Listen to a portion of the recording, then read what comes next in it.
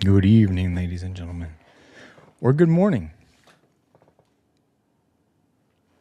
We are here on Faith and Doubt, the show that I do once a month that examines the deeper questions. And since we're in July, this is episode 7. If you want to go back and learn where we've come from, make sense of where we are, and figure out where we ought to be, go back and watch the previous episodes. You'll find them. They're the red thumbnails on the live tab. But this one, I thought for sure had a good idea. Started it early. And wouldn't you know it, it became a struggle. I don't think I did it any justice, but you can decide. Let me know. We're working these ideas out. If you remember any of the last ones, you'll understand where this one is going and where it came from. So without any more delay, I hate it when people say that because all they do is delay by saying that. Let's get into it. This is on Faith and Doubt essay number 7, titled, Why God Doesn't... Oh my... Something's wrong with my brain today, sorry. The writing was terrible. Actually, it may be good, so stay with me. Why doesn't a good God stop it? The strongest argument against God is not delivered by a philosopher behind a podium. Instead, it comes from a broken father sitting beside a hospital bed, comforting a dying child.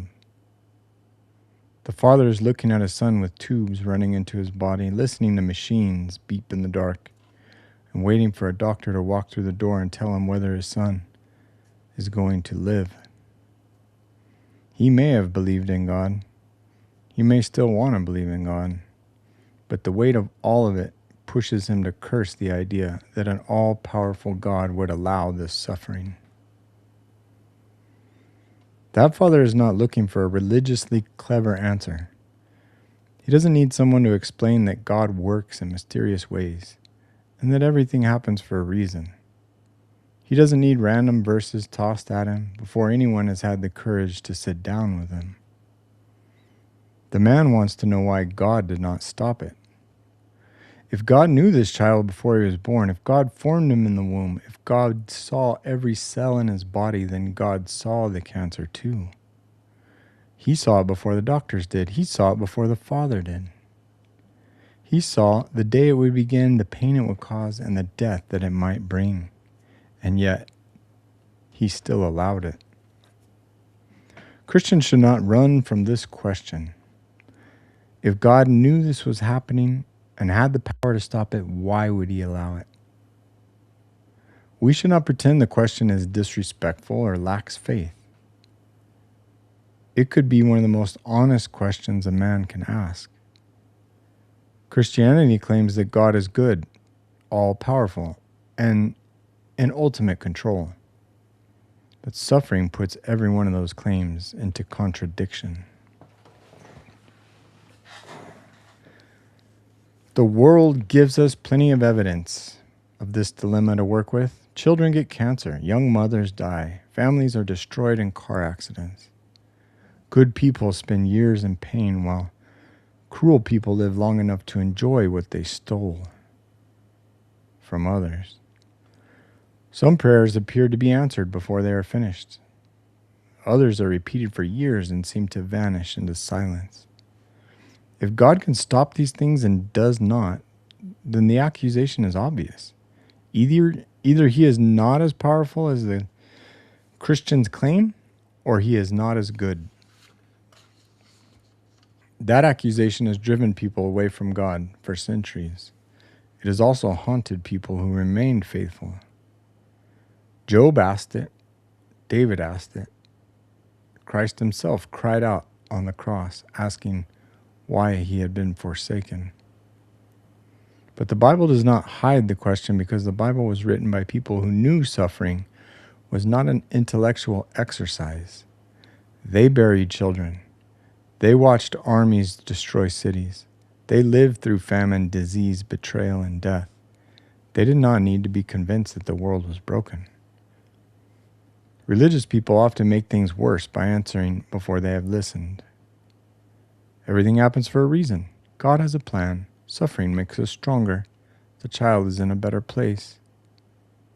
Some of those statements may contain pieces of truth, but they usually are used as a way to close the subject before any actual pain is dealt with.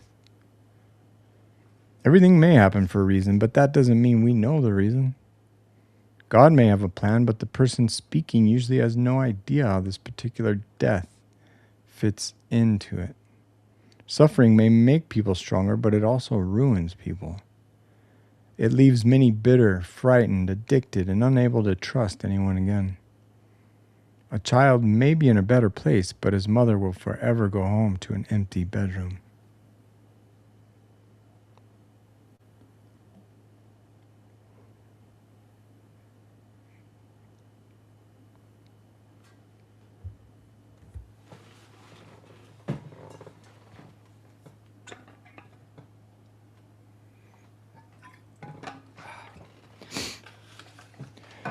That's why I wear sunglasses.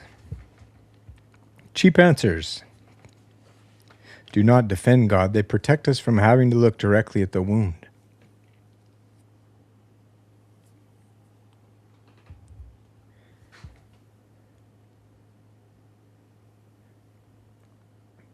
The skeptic looks directly at it and reaches a simple conclusion.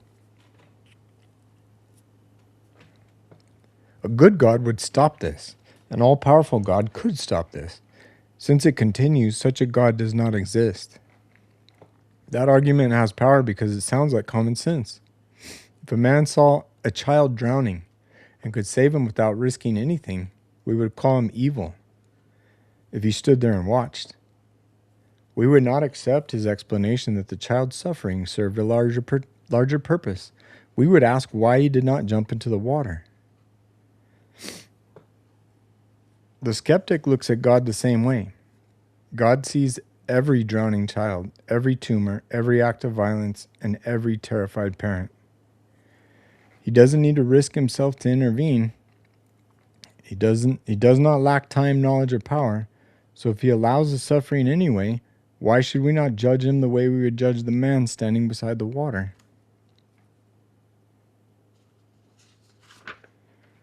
That is the accusation in its strongest form, and Christians should leave it strong. Weakening the argument does not strengthen our answer.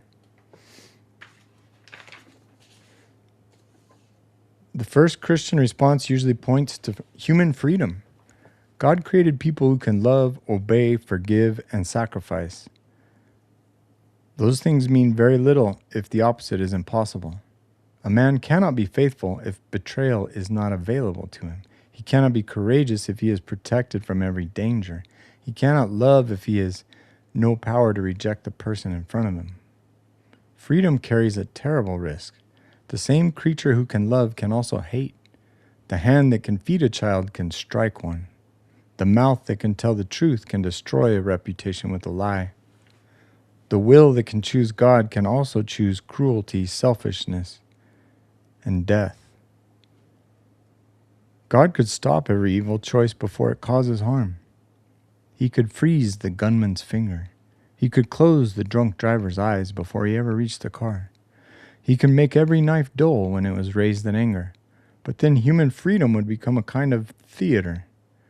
We could choose evil in our minds, but God would remove the consequences before our choices became real. A world like that might be safer, but we would not be free in any serious sense.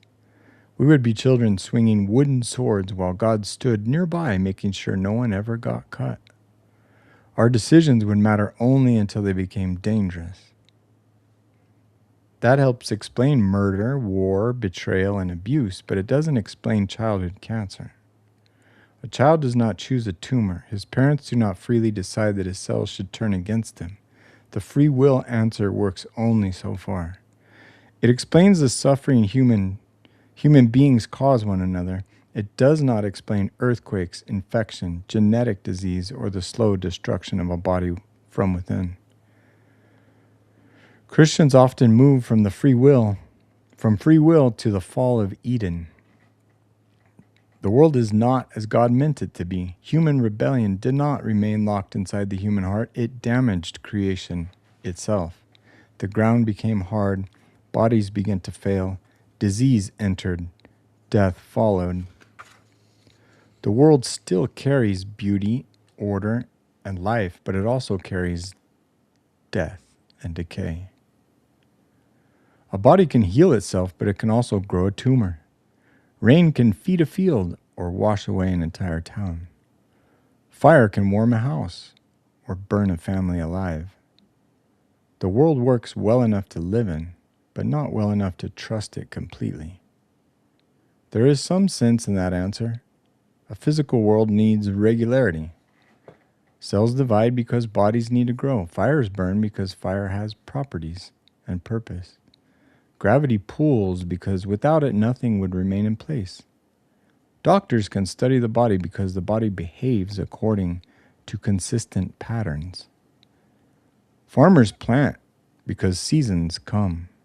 Builders build because weight, pressure, and material can be understood.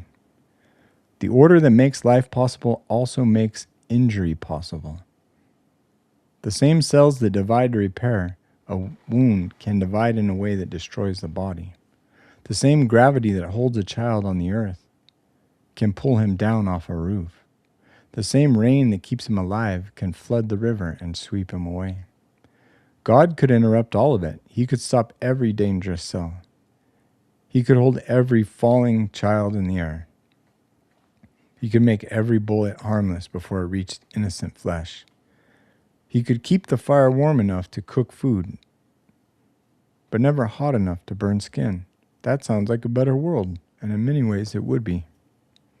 But once God begins removing every painful consequence, human action loses its weight. A man could drive drunk without fear of killing anyone. A careless builder could ignore every measurement because the roof would never fall. A murderer could pull the trigger knowing the bullet would vanish into the air. We would live inside a world where our choices could never become fully serious. That does not explain why God failed to make an exception for one child. A father beside a hospital bed does not care whether the laws of nature are usually dependable. He is asking why God did not suspend them this time. He is not asking for cancer to be removed from the whole history of the universe. He is asking God to remove it from his son. That question cannot be answered by talking about gravity and cellular division. It reaches beyond the general structure of the world and enters the private grief of one family. Why this child? Why this disease? Why now? Why did God not intervene? I do not know. Anyone who claims to know the exact reason behind another person's suffering should be treated cautiously. We can speak about why a world with suffering might exist. We cannot look at one child's cancer and announce what God intended to teach the world or his parents. We don't know enough. C.S. Lewis spent years thinking about suffering. In his book, The Problem of Pain, he tried to explain how a good God and a painful world could exist together. After his wife died, the subject changed. His writing became angry, confused, and personal. The neat problem had become grief. Lewis never argued that pain was good. He argued that God could use it for a deeper good. Those are different claims.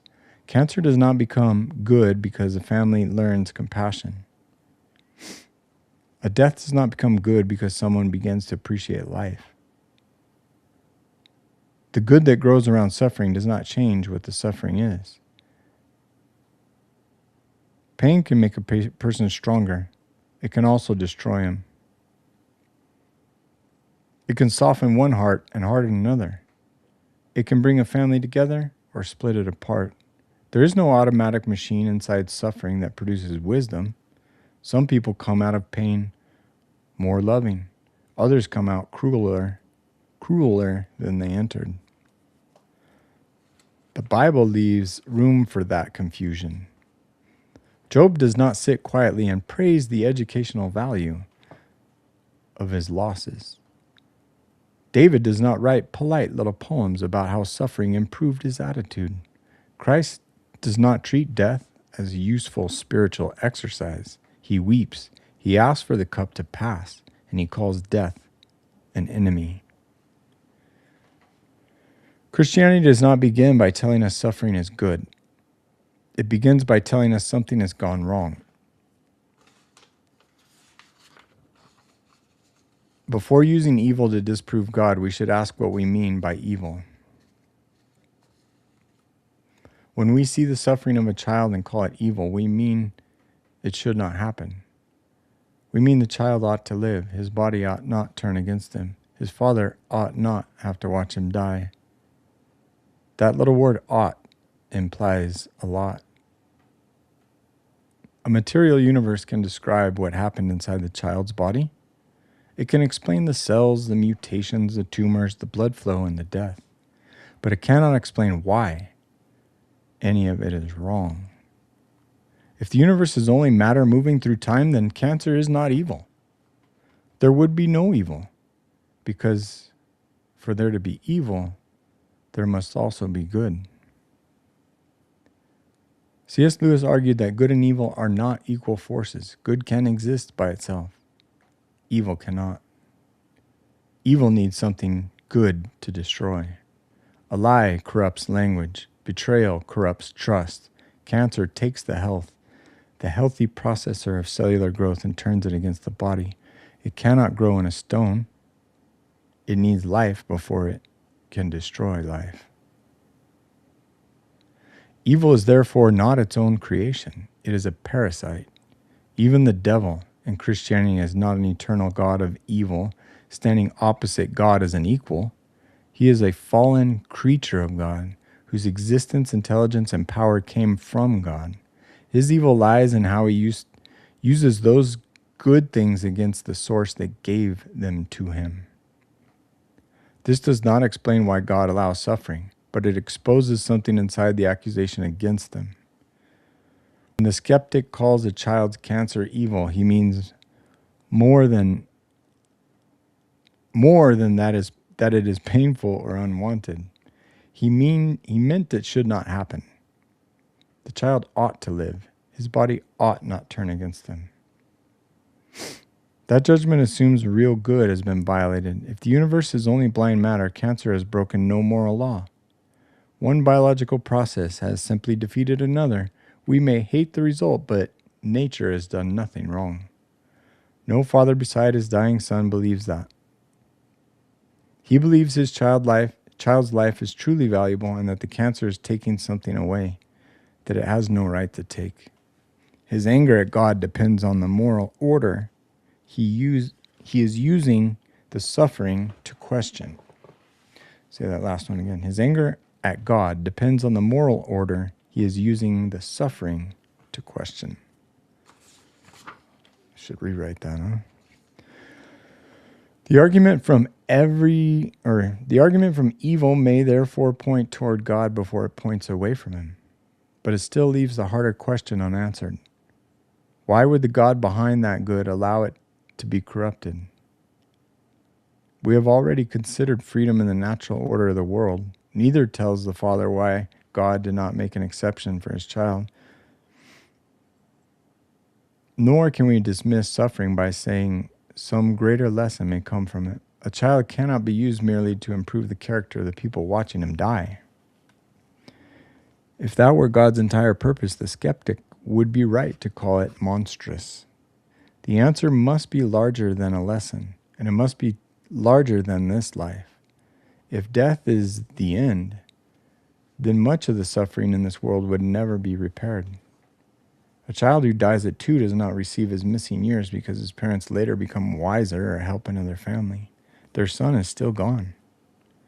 Christianity places the weight of its answers on resurrection. Without resurrection, death wins. Every grave remains closed, and every stolen year remains stolen.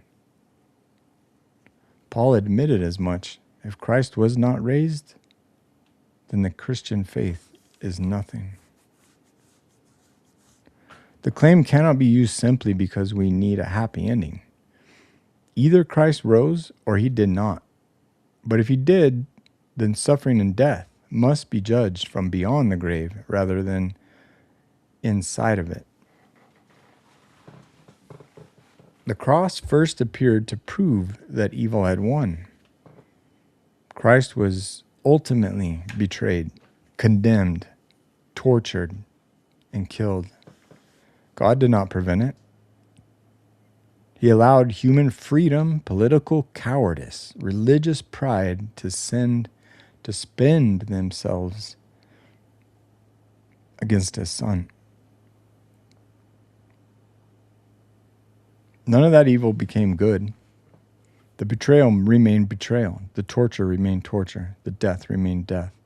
But God refused to let those things determine the ending. The men who crucified Christ meant to silence him, shame him, and remove him. 3 days later, the tomb was empty. God's power is not shown only by preventing evil. It is also shown by defeating what evil means to accomplish. I know something about this because my own son developed cancer. God knew before the doctors found it. And if God is all-knowing, he saw the first cell turn against my son's body. If God is all-powerful, he could have stopped it. He did not stop it from the beginning. Or he did not stop it from beginning. Left untreated, the cancer would have killed my son at around 2.5 years old. For most of human history, children with this condition simply died. Their parents watched them weaken without understanding what was happening or having any way to stop it.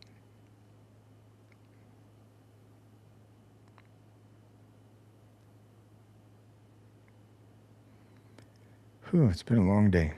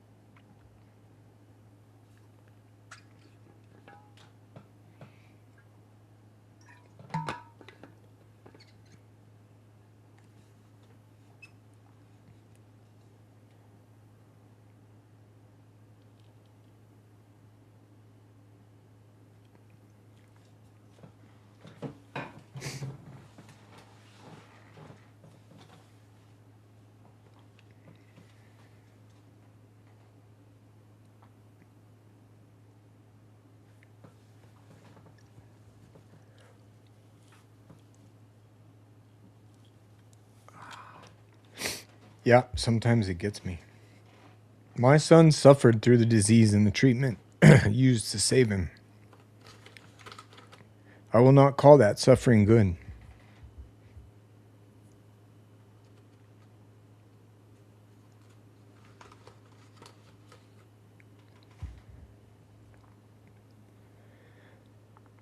I would not wish it on another child.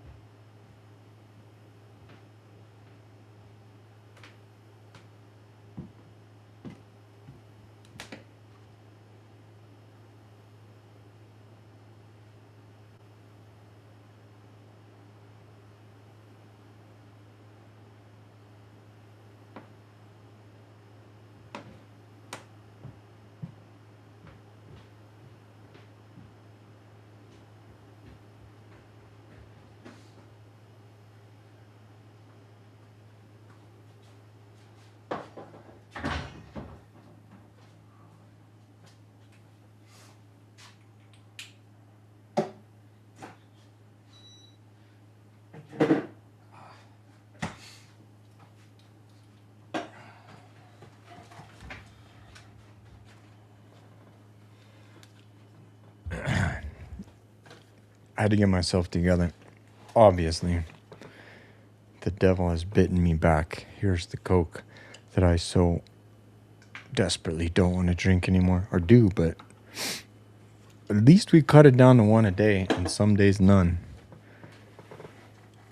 Whew. All right. My son suffered through the disease and the treatment used to save him. I will not call that suffering good. I would not wish it on another child, and I would not choose it again. Cancer took a good body and destroyed it, and tried to destroy it. But my son is 14 now. The disease that could have killed him at 2.5 did not get him, and did not get his birthdays, the meals at our table,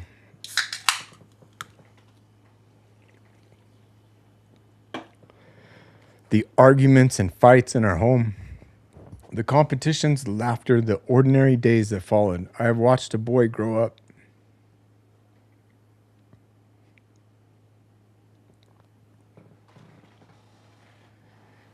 Whew, it must be the new peptides.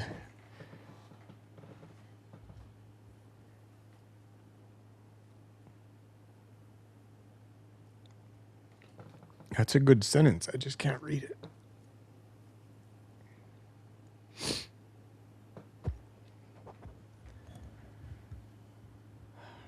At least no one's watching, huh?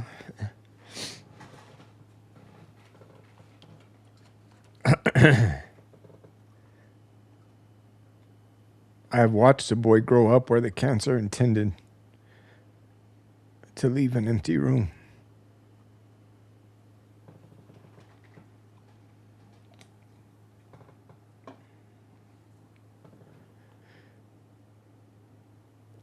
You might be questioning the sadness. I'm not reading this. I can't see.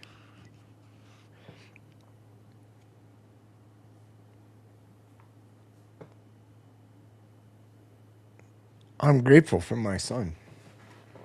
But there's a lot of kids that we saw, that we met, that we know, that don't have it as good, and they died.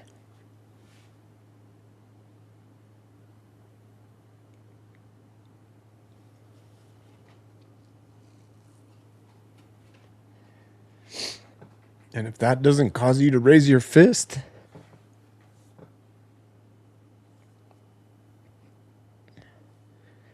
I don't know.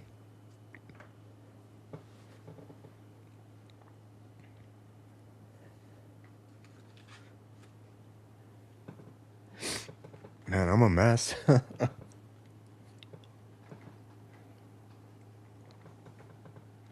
Oh, torture. Those years did not make the cancer good. They showed that it was not final. Doctors, researchers, nurses, medicine, and generations of accumulated knowledge stood between my son and a disease that had killed children for thousands of years.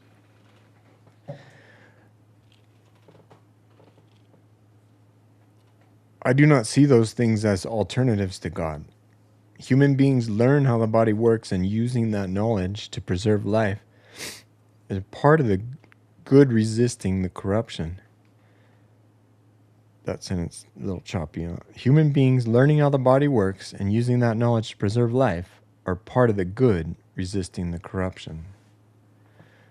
But another child did not survive. Another father prayed and still buried its son. Any Christian answer that works only when the child lives is no answer at all.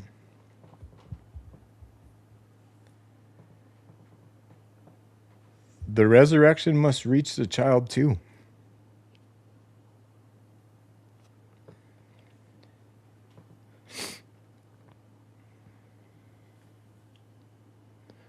Dude, I was not emotional when I wrote this.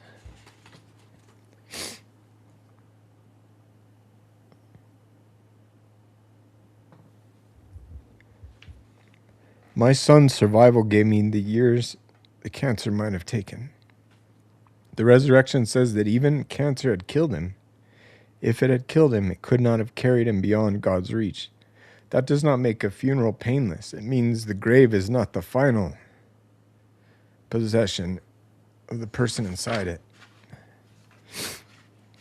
I still don't know why God allowed my son to get cancer, or why he survives while others die.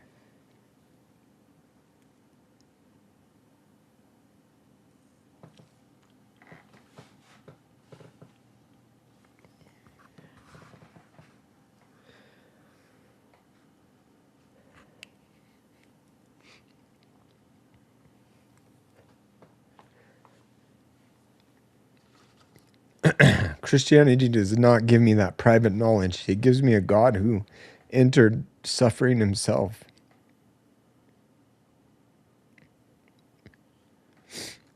Carried wounds to a grave. And got up and walked out.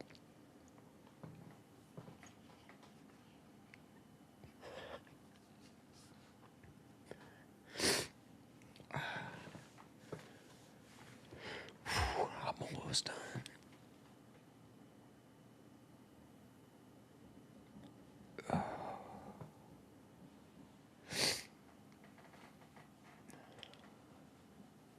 This one's too heavy, I think. I think we went too far. The strongest argument against God comes from the Father beside the hospital bed. The Christian answer comes from a father, another father, who allowed his own son to die.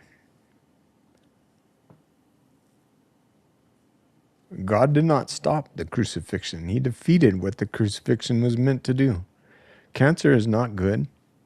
Pain is not good. Death is not good. Evil can only damage the life it has been given. It cannot create life, and it cannot raise the dead.